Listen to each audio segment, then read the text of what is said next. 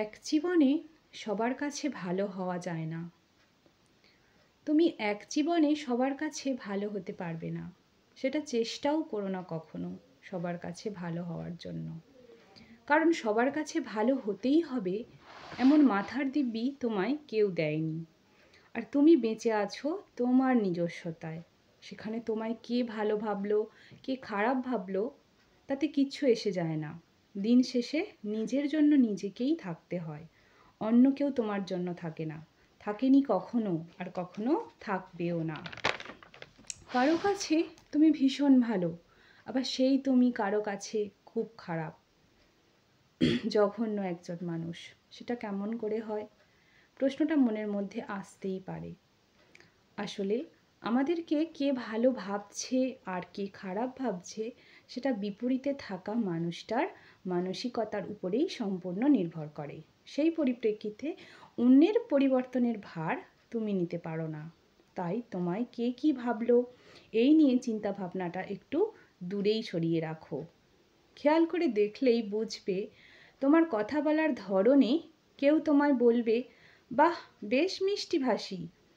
আবার কেউ বলবে, কি ন্যাকা রে বাবা।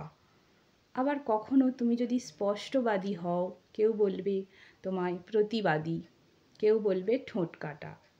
আসলে পুরোটাই যে ভাবছে তার উপর নির্ভর করে। এতে তোমার কিছু করার থাকে না। কখনো তোমার আচার ব্যবহার চলচালন দেখে কেউ বলবে বড্ড বেপরোয়া, আবার কেউ বলবে বেশ মডার্ন। আবার তুমি যদি শান্ত স্বভাবের হও তাহলে কেউ বলবে বেশ ঘরোয়া, তো কেউ বলবে বড্ড মিনমিনে। এসব নিয়ে মাথা ঘামালে চলবে না। এসব নিয়ে মাথা না ঘামিয়ে নিজের কাজ করতে হয়। কারোর কথায় বা কারোর সুবিধার্থে নিজের স্বভাব, নিজের রুচি, নিজের ভালো লাগা পরিবর্তন না করাই ভালো। কারণ দিনের শেষে নিজের জন্য নিজেই থাকবে, আর কেউ থাকবে না। তোমার জীবনযাপন হয়তো অন্যের চোখে খারাপ, আবার সেই তুমি অন্যের কাছে দৃষ্টান্ত স্বরূপ, অন্যের কাছে অনুপ্রেরণা, অন্যের পথ চলার দিশারি। তাই তোমায় কে কতটা খারাপ ভাবছে সেটা ভেবে সময় নষ্ট না করে তোমার দ্বারা যারা উপকৃত, অনুপ্রাণিত, তাদের ভালোবাসায়, তাদের দ্বারা অনুপ্রাণিত হয়ে তুমি বাঁচো। যারা তোমায় খারাপ ভাবে তাদের জন্য সময় নষ্ট করো না। যারা তোমায় ভালোভাবে তাদের জন্য সময় দাও। দেখবে সত্যিই ভালো থাকা সম্ভব।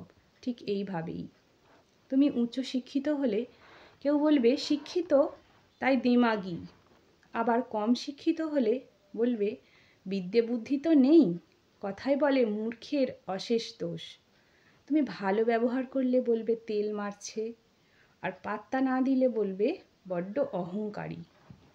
তুমি অযাচিতভাবে সাহায্যের হাত বাড়িয়ে দিলে তোমাকে সস্তা ভাববে, আবার তুমি সাহায্য না করলে তোমাকে অমানবিক ভাববে। আসলে তুমি যাই করো না কেন, কোনো না কোনো মানুষ তোমাকে খারাপ ভাববেই, আর কোনো না কোনো মানুষ তোমাকে ভালো ভাববেই। এটাই স্বাভাবিক। সবাই তোমায় ভালো ভাববে না, আর সবার কাছে ভালো হওয়াও যায় না, আর তার প্রয়োজনও নেই। তাই যাদের তোমার প্রতি পজিটিভ ভাবনা আছে তাদের নিয়েই বাঁচো। যারা তোমায় নিয়ে নেগেটিভ চিন্তাভাবনা করে তাদের ঝেড়ে ফেলে দাও, জাস্ট ইগনোর করো।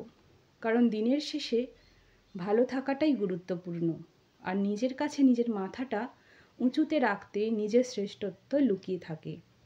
সেটা ভুললে কিন্তু চলবে না। কলমে বিথিকা দাস, কণ্ঠে ইপ্সিতা।